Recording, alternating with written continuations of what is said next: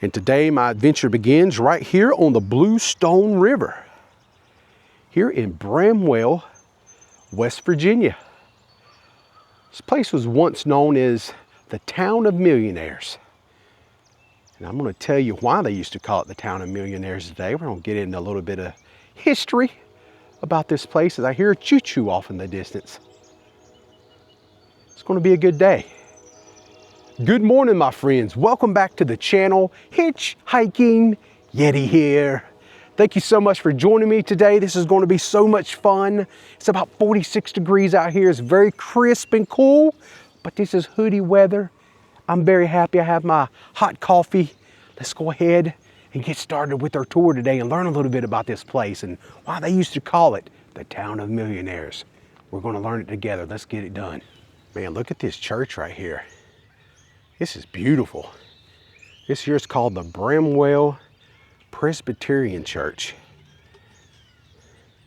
Absolutely gorgeous. So I think I'm just going to make my way down here and walk down Main Street, and we can start talking a little bit about the history.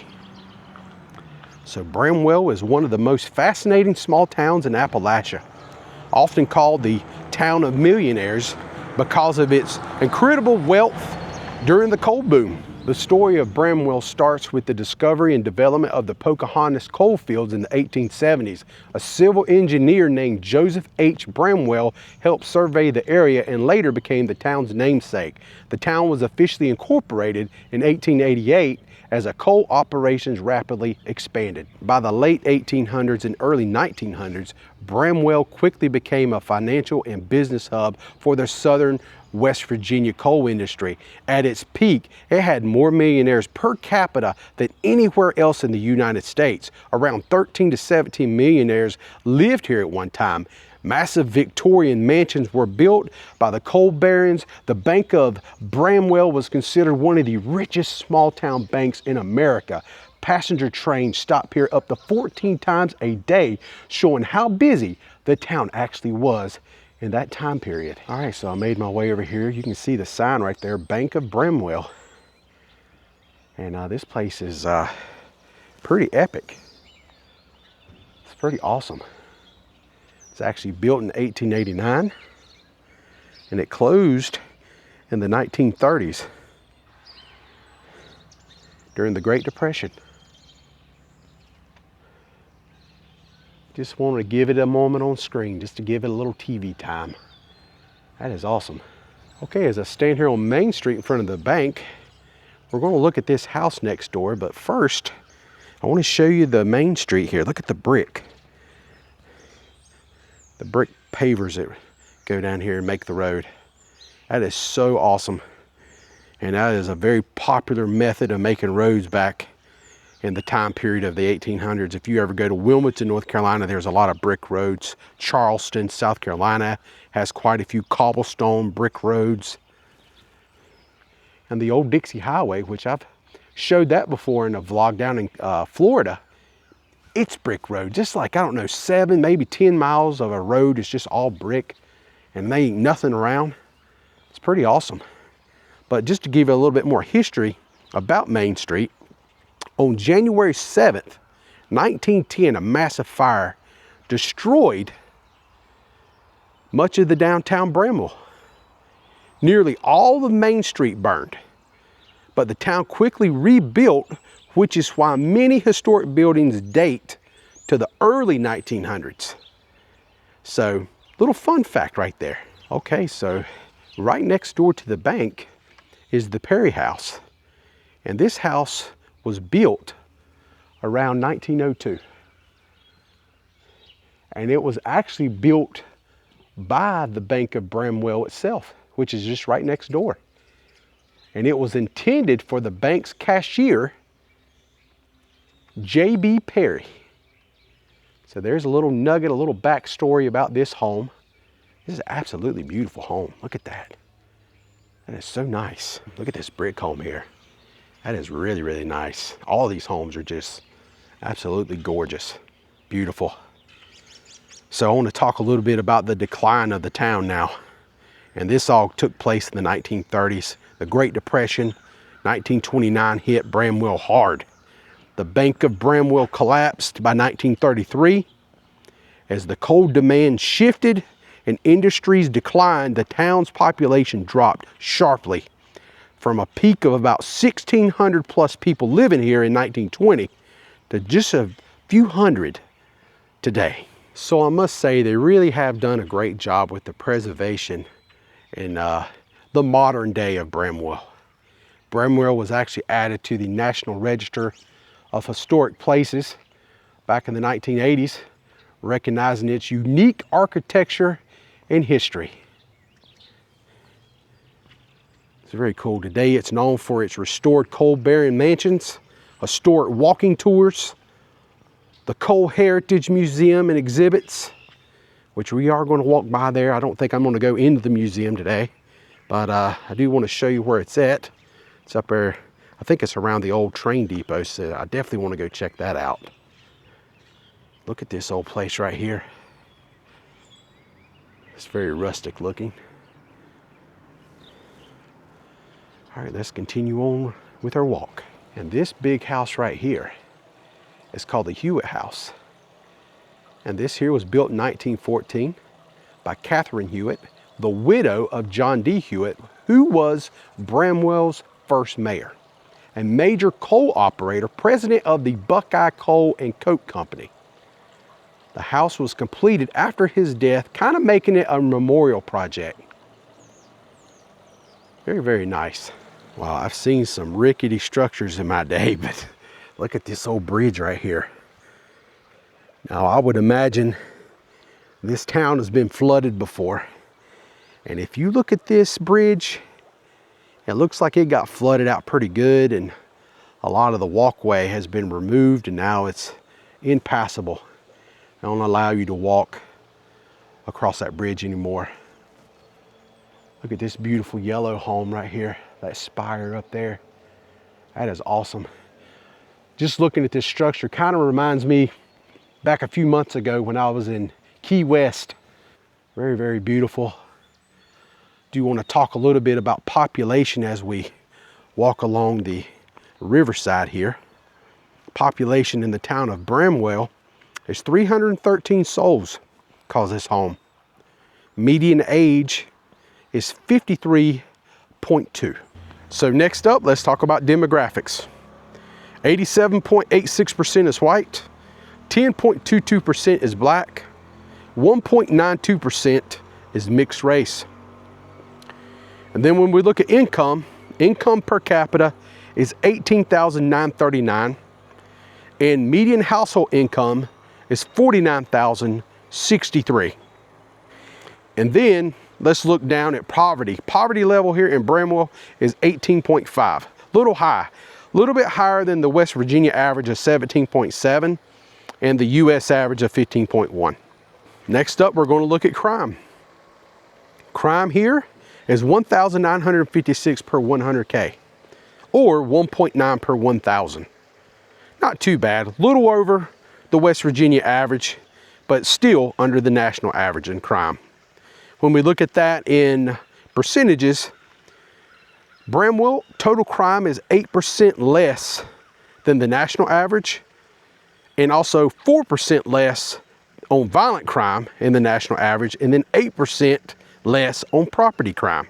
Look at that mansion right up there on that hilltop. Look at that thing. Is that not beautiful? Now let's talk about this house for a minute. This house was built in 1909 by coal baron William H. Thomas, a major operator in the Pocahontas coal fields.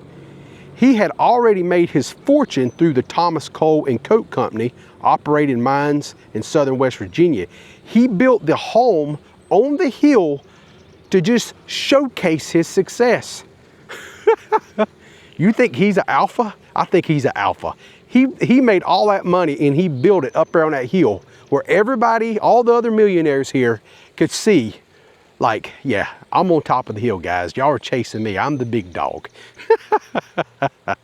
Beautiful home though, absolutely gorgeous. So my plan is, before I leave the town, I want to drive up on this hillside and kind of look and see and look what the homes look like up in there, because that big mansion up there, maybe there's something else up there neat to see. I think that's my plan. We're going to go check that out. Also want to go see the Bramwell High School, which is, I passed it on my way down in here. It looks very much abandoned, but that's probably where we're going to end our vlog today. But for now, let's go ahead and make our way over here to the old train depot and check that out, because I think that is also where the museum is. Like the history museum of the town is over there in that area also. So let's go over there and walk and check that out before we wrap things up today. Now, speaking of mansions, right here next to the Presbyterian Church, look at that place. Now that there is the Cooper House. And we're going to walk over there in front of it, but I don't think we're going to be able to see a whole lot, because as you see, they have all these cedar trees planted out front. So I don't know if we're going to get a good view of it or not, but I do want to talk to you a little bit about the history of that home nonetheless. And this right here is what Main Street looks like here in downtown Bramwell. And unfortunately, you can't really see the Cooper House too well. But this house was actually built in 1910 by Edward Cooper. Edward was the son of John Cooper, one of the earliest coal operators here in the southern West Virginia area. John Cooper founded the Mill Creek Coal and Coke Company, helping open up the Pocahontas coal fields. That makes the Cooper family some of the first big money here in Bramwell, not just later millionaires. Okay, so right across from the Cooper house, this little white overhang right here, I was just speaking to a very nice local who's a viewer of the channel. He actually recognized me. That was pretty cool. He told me this was the old theater here in Bramwell. All right, I've walked down Main Street, and down here at the end of Main Street, you will find the Bramwell Train Depot, which is a key piece of the town's coal boom history. And what you see today is actually a recreation of the original station. The original depot was built in the late 1800s by the Norfolk and Western Railway. It sat right along the Bluestone River and served as a major stop in the Pocahontas coal fields. During Bramwell's peak, as many as 14 passenger trains stopped through here daily. The depot handled coal shipments, wealthy coal operators traveling in and out of town, and everyday passengers and workers. Okay, so right out front here, you see the National Coal Heritage Area. So this here is like kind of a museum, if you will, which is not open today, but you can go inside and learn a little bit about this place and the town of Bramwell. And I would imagine this is probably where you would go and set up your tour. They do have tours here in town that I read about online before I arrived here. I don't know when they do them. I'm here on a weekend, and this is a Saturday, but nothing is really happening down here today while I'm here.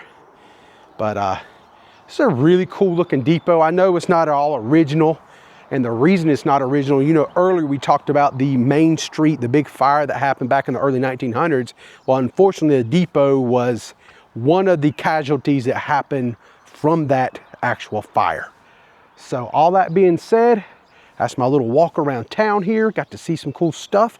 Now I want to go get in my truck and I want to drive up on that hillside there and see if there's any other cool little homes or anything like that we can look at before we end our vlog today. And we're going to stop the vlog, I think, over here at the old Bramwell High School, which from what I can tell looks very abandoned. But definitely want to go check all that out today. It should be a lot of fun. Wow, look at this old place right here. Old-fashioned soda fountain experience. The Corner Shop Diner. It's got the soda fountain in there. Yeah, it sure does, don't it? Look at that bar in there. That's pretty cool. That's pretty awesome. Unfortunately, it's not open at the moment, but right here is the hours.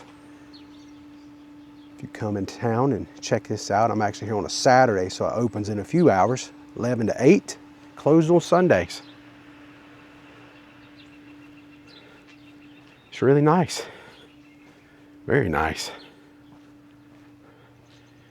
Don't you wish the days of prices was like that? Look at those prices up there. Hot dog, 10 cent, hamburger, 20 cent, cheeseburger, 25 cent, chopped barbecue, 30 cent. Look at that over there. milkshakes, 10 cent, 15 cent, and 20 cent. Golly, that is crazy. That is awesome. Too bad that ain't still a thing. Okay, so now I'm just gonna kind of travel up these very narrow roads so you can get a good glimpse of that mansion up there. Look at that place. Holy crap, is that awesome. But right across the road from the mansion is this spot. Look how abandoned that is.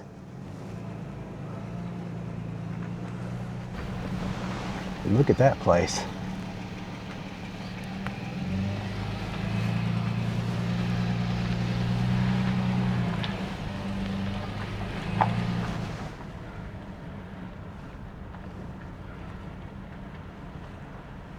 Man, check out this rock wall right here. Look at that.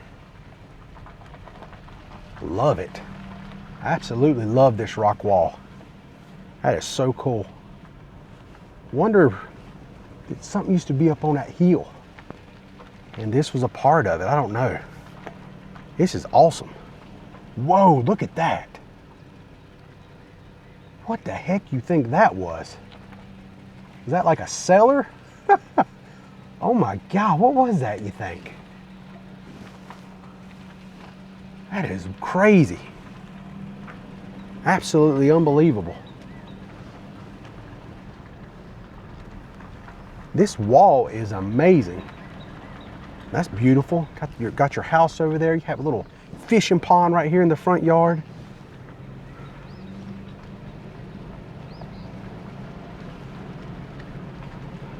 This was definitely worth driving up here on this hill. This is so cool.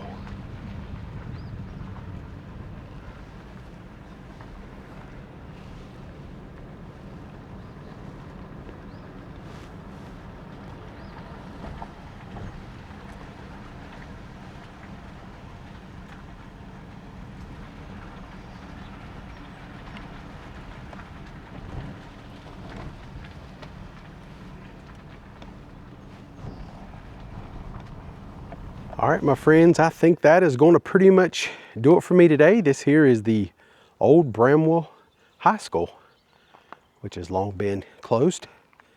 And I had a great day today, matter of fact. This is a really cool stop.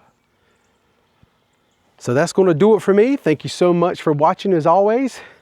Until next time, my friends, I am the Hitchhiking Yeti, and I will see you on my next adventure. Hope you enjoyed today's video. I had a great time. Bramwell, West Virginia. Finally made it here. It was a really, really good day. I hope to see you guys in a future vlog. All that being said, stay safe. Hope to see you all again soon. And so long from Bramwell, West Virginia. Man, this place looks creepy. Very, very creepy. I love it though. Something about it. That is awesome.